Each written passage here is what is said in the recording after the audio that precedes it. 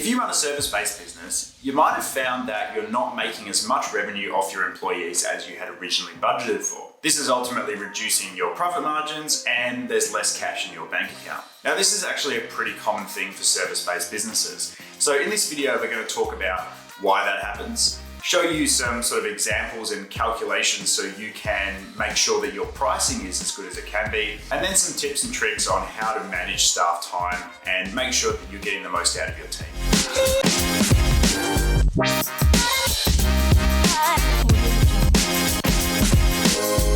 Now, as you know, service-based businesses make their money based on the difference between the amount they charge their staff out to their clients and the amount that they actually pay for those staff members. Now, this applies to a service-based business where all of their income is from their staff, like, for example, my business being an accounting practice. Or it might also apply to businesses where the work of their staff is part of their revenue stream, such as a tradie or maybe an IT consultant, where some of their revenue is coming from materials or software subscriptions. Either way, it's important to understand what the cost of your staff are, what their effective hourly rate is, and so then you can properly factor this into your pricing. Now, what happens all the time when a business starts out is they say, this employee costs me $50 an hour, I want to make $50 an hour for every hour they work, and so I'm going to charge them out at $100 an hour. Now, on that simple math, if they're working for 38 hours a week, you'd expect $3,800 of revenue per week, $1,900 going out to the employee, and then the business makes a profit of $1,900. However, there's a few things that aren't factored into that, and ultimately it results in the business owner having lower than budgeted revenues and lower than budgeted profits. So there's two things that aren't taken into account when doing that sort of simple process. The first is the amount of billable versus non-billable time the employee has. So when I say billable versus non-billable, what I'm talking about there is no employee is efficient 100% of the time. You can't expect somebody to work 38 hours a week and do 38 hours to the minute of client chargeable work. It's just not practical. Things like emails, internal meetings, it might just be general inefficiencies are going to take away from the client billable time and move that time into sort of a more, admin or non-recoverable time. The other thing that you can factor in is that, let's say you work on a fixed fee model when you price your services. If you say a particular job is going to take 10 hours and you charge the client $1,000 for that, if the actual time ends up being closer to 15 hours, well, you've got 5 hours of time spent by that employee that you might not be able to recover from your client. So at the end of the day, you're going to have some write-offs, and while that employee might have been spending that time working on client work, you aren't actually billing them for it. So let's take an example. Say your employee works 38 hours a week, but between the admin and the write-off time and just any other general inefficiencies, they're actually only recovering about 80% of their time. So that means for every 38 hours they work, you're going to be billing your client about 30.4 hours of time. So if you're charging them out at $100 per hour, instead of making $3,800 per week, you're actually only going to make $3,040 per week. Now that $760 difference, it's going to impact your profit. At the end of the day, you're still paying the employee $50 for 38 hours worth of work. It's just that you're only actually billing them out at 80% of the time. So the result there at the end of the day is less revenue for you, less profit for the business, but the employee in that scenario is still being paid the same amount of money.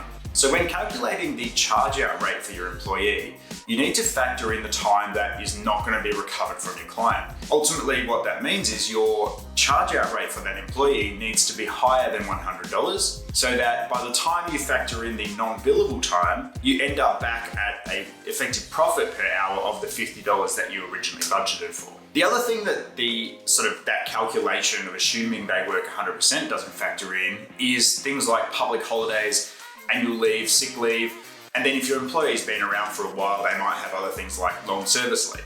So again, these are sort of capacity reducing things. If you've got annual leave, sick leave, and public holidays, that employee might have somewhere between 30 and 40 days a year where they aren't actually working.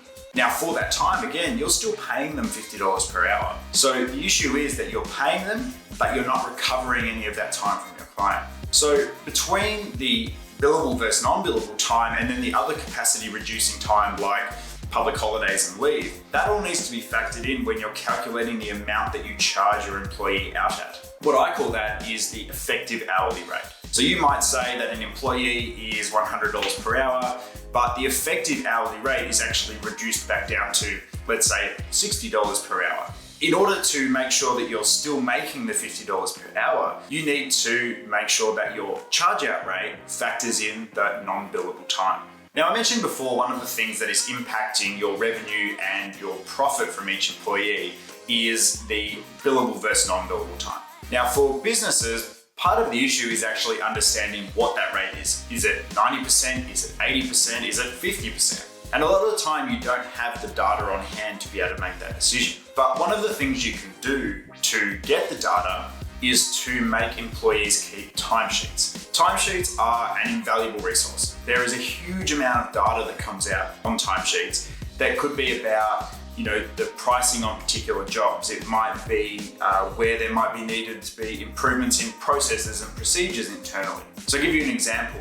At a previous accounting firm, we had 10 staff at the time, and there was a lot of admin time that was being taken away from client work.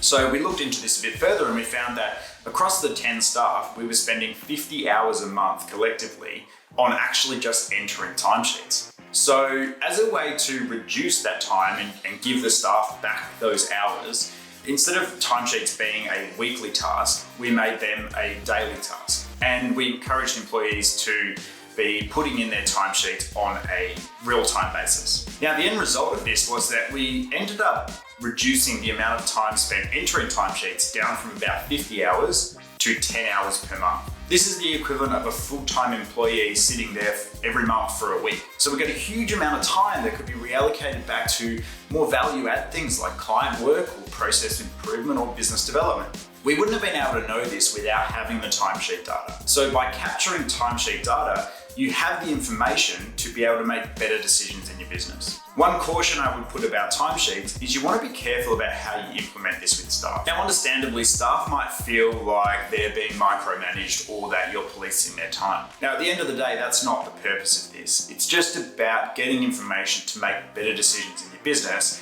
which ultimately benefits everybody. Let's say you're underpricing a particular service, then you can update your pricing, which is going to mean more money for the business. And that then gives you more capacity to give staff pay rises or provide bonuses.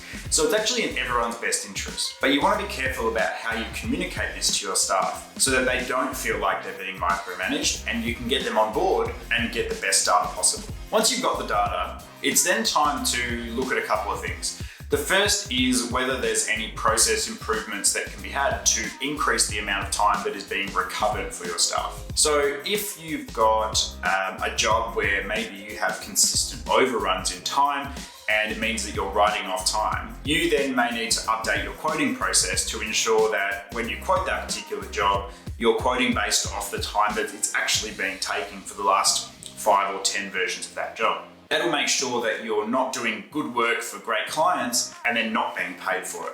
Further, if you have, some bad processes, or maybe there's some procedures that you can put in place or software that can be implemented to make things more streamlined, what that will do is it'll take time away from non-billable admin and put it back to client work. The next thing to look at is your charge out rate for your employees. So let's say you want to make a margin of $50 per hour on your employee that costs you $50 per hour.